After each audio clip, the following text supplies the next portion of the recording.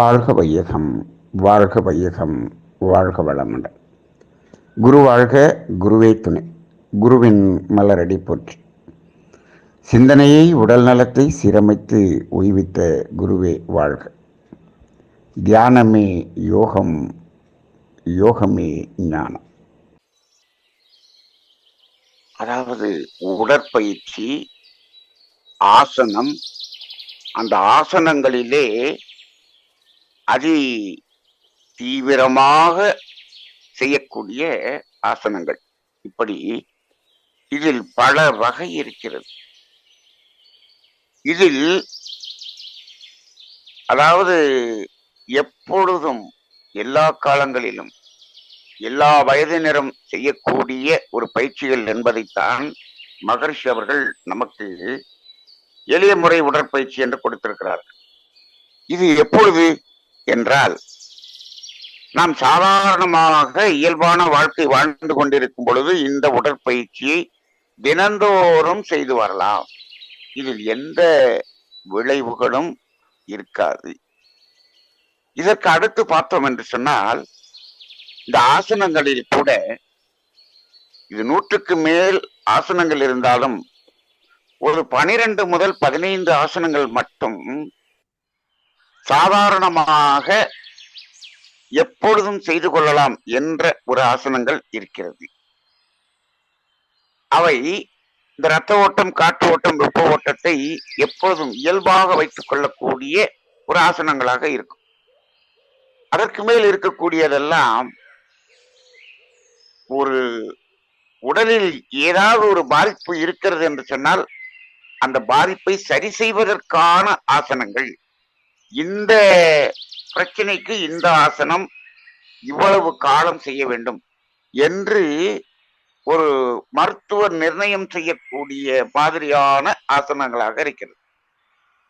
இதை இப்பொழுது இயற்கை மருத்துவர்கள் என்று இயற்கை சார்ந்த BSNY அப்படிங்கிற அந்த படிப்பு படித்து அதில் இருக்கக்கூடிய மருத்துவர்கள் சில நோய்களுக்கு இந்த ஆசனங்களை இவ்வளவு காலம் செய்யுங்கள் என்று சொல்லுவார்கள். இப்போ நம்ம சாதாரணமாக கூட இப்பொழுது பாருங்கள், வைத்திய முறையை எடுத்து பார்ப்போம். வைத்திய முறையிலே உடல் நலம் குறைவு என்று சொல்லும் போது, இப்போ ஆஸ்பத்திரியில அட்மிட் ஆயிட்டாருன்னா அவர் என்ன பண்றாங்க?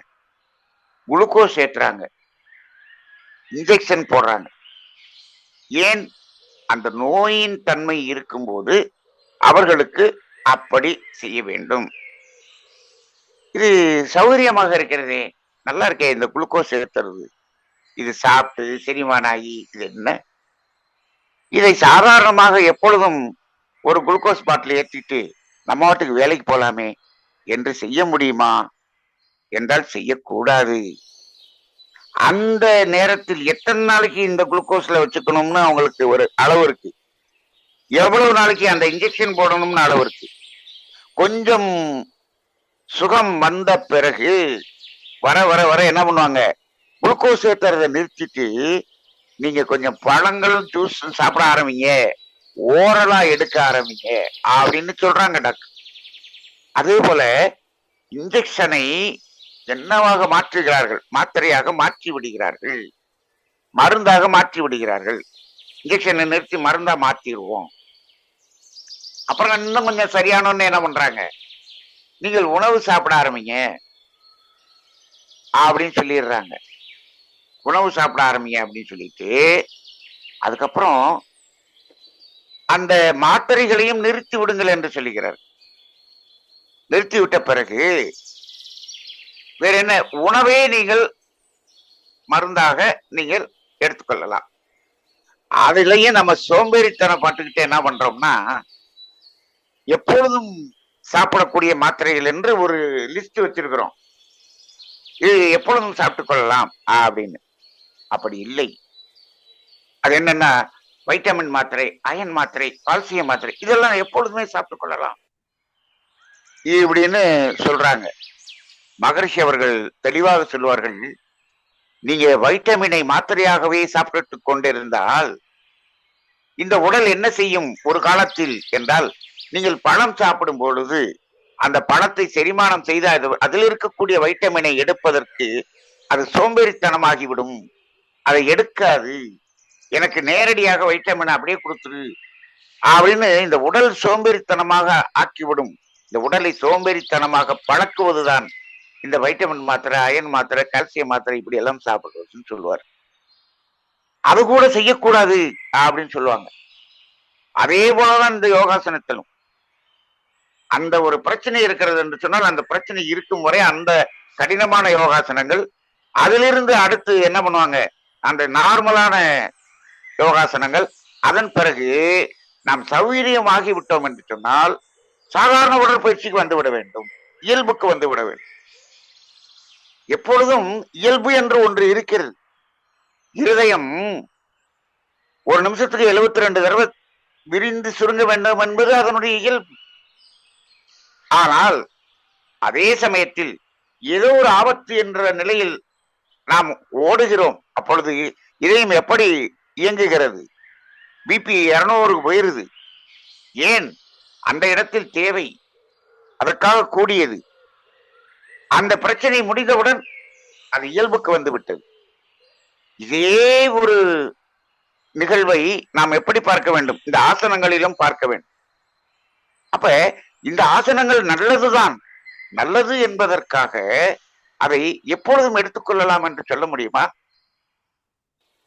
நிறைய பேர் இப்ப தலைவலி வருவதற்கு முன்னாலே தலைவலி மாத்திரையை போட்டுக்கொண்டால் தலைவலி வரவே வராதே, இதற்கு பெயர் தான் வருமுன் காப்பது என்று சில பேர் சொல்லிக் கொண்டிருக்கிறார். அது கிட்னியவே ஃபெயிலியர் ஆக்கி விட்டுரும். அப்படி இல்லை. அப்ப அந்த அடிப்படையில் பார்க்கும் பொழுது இந்த கடுமையான ஆசனங்கள் எப்பொழுதும் செய்வது கூடாது என்பது மகரிஷியினுடைய கருத்து. அதற்காகத்தான் அவர்கள் உடற்பயிற்சி என்று கொடுத்தார்கள். தேவைப்படுகிறவர்கள் அந்தந்த ஆசனங்களை அவ்வப்போது தேவையின் அளவில் எடுத்துக்கொள்ளுங்கள் என்று சொல்லி இருந்தார்கள்.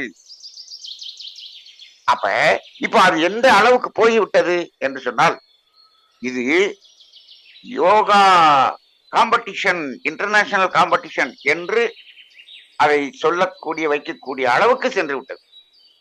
நாம லேசா யூனிவர்சிட்டியினுடைய அந்த ஒரு பாடத்திட்டத்துக்காக யோகாசனத்தை கொண்டு வந்தோம். இப்போ அதே இன்டர்நேஷனல் காம்படிஷனை நாமளே நடத்துகிறோம். இந்த காம்படிஷன் நடத்தி இந்த காம்படிஷன்ல ரொம்ப கடுமையான யோகாசனத்தை செய்தால்தான் நம்ம பிரைஸ் வாங்க முடியும், அந்த கேடயத்தை வாங்க முடியும். அதற்காக இவன் செய்து செய்து செய்து செய்து பழகி கேடயத்தை வாங்கி விடுகிறான். அதன் பிறகு என்ன ஆகிறது? உடலில் ஏதாவது ஒரு பிரச்சனையில் மாட்டிக்கொண்டு பெர்மனண்டான ட்ரீட்மெண்ட்ல உட்கார்ற மாதிரி ஆயிரும். உடலை கெடுத்துக் கொள்ளுகிறான். இந்த கேடயம் எதற்கு? அந்த கப்பு எதற்கு? நல்ல ஒரு நகைக்கடையில போய், சில்வர் கடையில போய் ஒரு பெரிய கப்பும் ஒரு கேடயமும் காசு கொடுத்து வாங்கிட்டு வந்துடலாமே. இந்த நோய்க்கு செலவு பண்ணக்கூடிய லட்சக்கணக்கான காசு கொடுக்கறதுக்கு பதிலா சில ஆயிரங்கள் கொடுத்து பல கப்புகளை வாங்கி நம்ம வீட்டுல வச்சுக்கலாம். இது தேவையில்லாத ஒரு வேலையாக இருக்கிறது. இது மகரிஷி அவர்கள் அனுபவத்தில் சொன்ன உண்மை. அந்த அடிப்படையில் ஆசனங்கள் என்பதும் மருத்துவம் என்பதை போல அதை பயன்படுத்த வேண்டுமே தவிர இதை போட்டிக்காக பயன்படுத்தக்கூடாது. அந்த அடிப்படையிலே இப்போ ஒரு மருத்துவர்ல ஒரு போட்டி வச்சோம்னா என்ன பண்றது? இந்த சர்ஜரி பண்ணக்கூடிய மருத்துவர்களுக்கெல்லாம் ஒரு போட்டி. இந்த வருடம் யார் இதில் அதிகமான சர்ஜரி பண்ணுகிறார்கள் என்று ஒரு போட்டியை வச்சுட்டோம்னு வச்சுக்கோங்க, இருக்கிற எல்லா பேருக்கும் அந்த சர்ஜரியை பண்ணி மக்களையெல்லாம் படுக்க வச்சு இவரு என்ன பண்ணிடுவாரு? அவரு கேடயம் வாங்கிட்டு போயிடுவார். இப்படி போட்டியா? எதில் போட்டி? ஆன்மீகத்திலும் மருத்துவத்திலும் போட்டி என்பது இருக்கவே கூடாது. அது இருக்கிறது என்று சொன்னால் அது இறை துரோகம், குரு துரோகம் என்றுதான் அதை நாம் சொல்ல வேண்டும். நன்றி. வாழ்க வளமுடன்.